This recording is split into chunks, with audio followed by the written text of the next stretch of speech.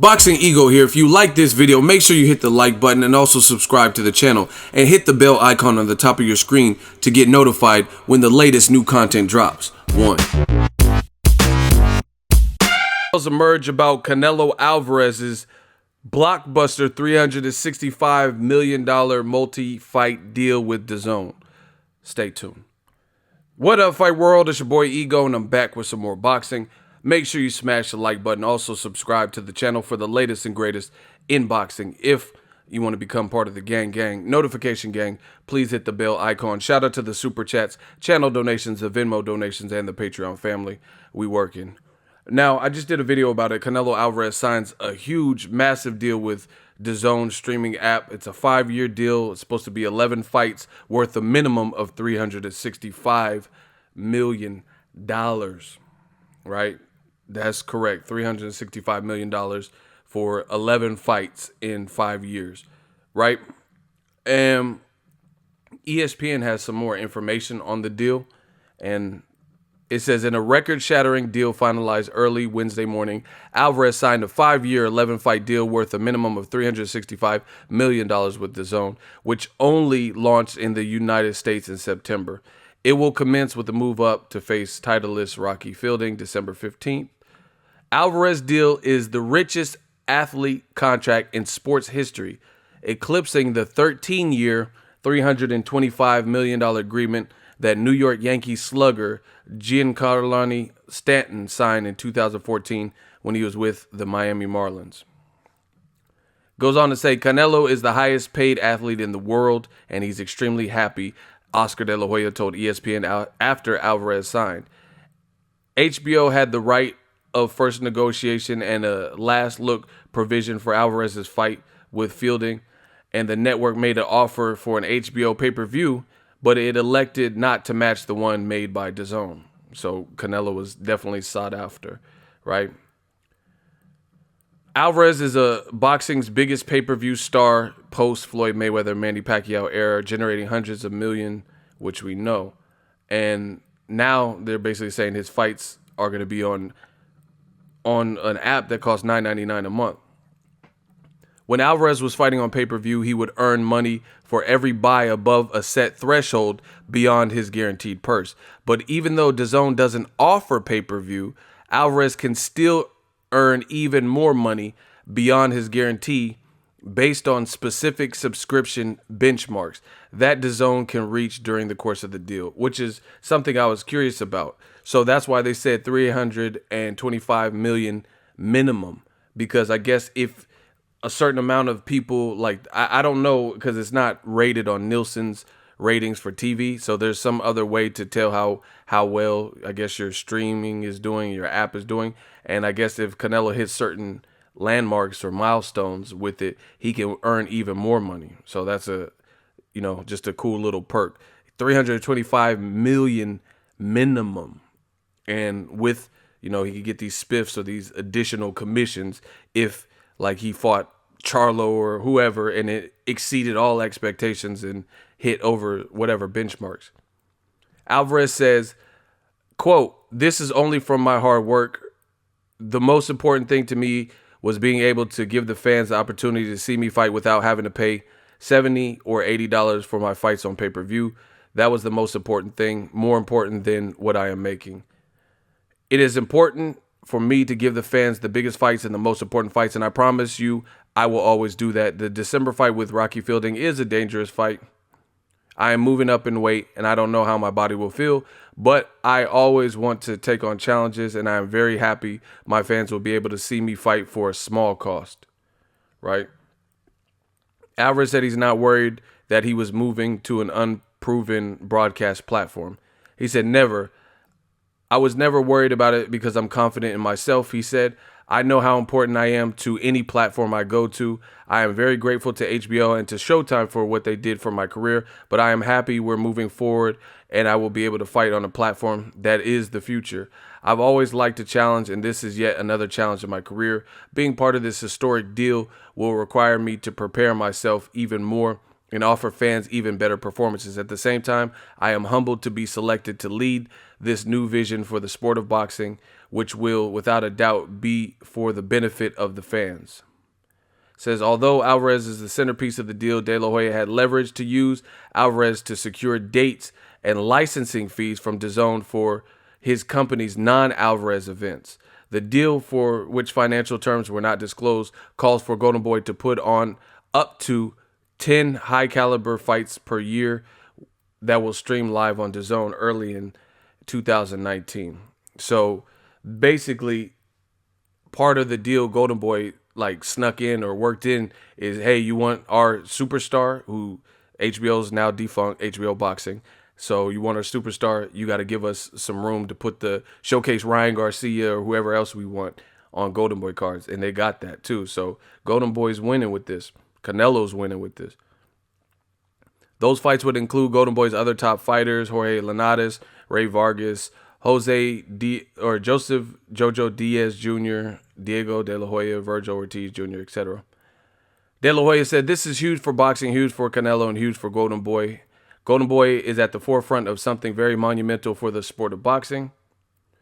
It says, because of how well the pay-per-view sold, Canelo Alvarez earned around $50 million for his rematch with Gennady Golovkin.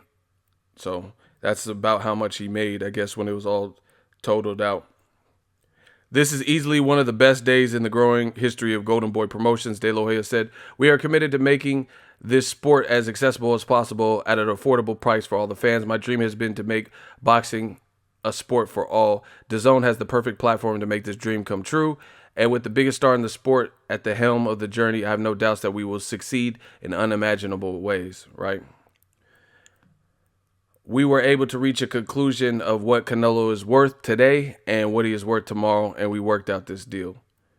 And, you know, you guys could read in detail, but it says 2 weeks ago, De La Hoya and Eric Gomez met with John Skipper, the executive chairman of Perform Group, DAZN's parent company in L.A. De La Hoya and Skipper already knew each other from when Skipper was the president of ESPN, and Golden Boy had a limited deal for a series of boxing events on the network, and they were able to make this deal in a relatively short order because De La Hoya needed a home for his fighters, and Skipper, with money to spend, needed content for the new service, right? It says, said Skipper, we are thrilled to be exclusive partners with Golden Boy Promotions and Oscar De La Hoya by bringing Canelo's fights to DAZN. We will turn his pay-per-view success into a growth engine for subscribers, a truly transformational moment for our business and the entire industry. Again, for more, shout out to ESPN, link in the description. So, just to conclude, Canelo is winning. He got offered a lot of money up front. He doesn't have to worry about, let's say he fought Liam Smith on pay-per-view. Now, to make all his money, he has to make it on the back end and, you know, hope it sells a certain amount beyond a certain threshold. Now he's getting a minimum of $365 million for 11 fights in 5 years, you know, so he's going to have to be active. Now, it's good that the streaming app is cheaper than pay-per-view, but it's $10 times 12 months, so that'll be $120. You know, we haven't really had many pay-per-views since Floyd Mayweather retired anyway. You know, it was just Canelo, Triple G this year, and Wilder versus Fury, you know. So those are the ones you would have to have bought if you wanted a pay-per-view this year. I mean, barring, like, I guess, UK pay-per-views, but I'm talking about here in America. So, you know, we'll see how this works out, and we'll see how the investment goes. I still have certain things that I'm going to monitor and look at. Like, for example, I feel like so much money is at stake and so much has been invested for him to get this type of money. Are we going to get the proper fights? You know, I understand that Canelo said in his open statements that he wants to fight the best and bring the fights the best, or bring the fans the best fights and prepare himself even better. That's cool. But is it going to happen? The powers that be, Golden Boy, are they going to put on difficult fights? Because you have to be able to justify your spending in any business. You know, so if Canelo took on a dangerous fight and lost, you know, especially if he lost bad by a knockout or he got knocked down a couple of times, then how do you justify him fighting 10 more times. You know what I'm saying? 10 more times, and you're paying him almost $40 million per fight, even if his stock goes down. So to me, that stipulates they're going to have to try to keep his stock high, you know? And again, for Golden Boy and Canelo, they're all the way winning. I have to see what they're talking about in terms of the fights, you know, because as a fight fan, the amount of money that Dazn clearly has bread. They have money to throw around, right? But that doesn't benefit me as a fight fan. What benefits me, you know, a lot of people get blinded by the glamour and glitz. I'm a boxing fan. So Canelo is set for life. His children are set. That's great. I'm happy that a fighter, through his hard work, you know, fighting since he was 15, was able to realize his dream. You know, that's great. But as a boxing fan, me as a consumer, I want the content. You know what I'm saying? Like, that's just what it is. Like, if you go to a bar to drink and the bartender's having marital problems, you don't necessarily care about that. You want to get a drink. You know, you want, oh, yo, I want a Cosmo, I want a Manhattan, you know, I want a Long Island. So my thing is, what fights are they going to give us? And that's what we have to see. And again, we'll wait and see.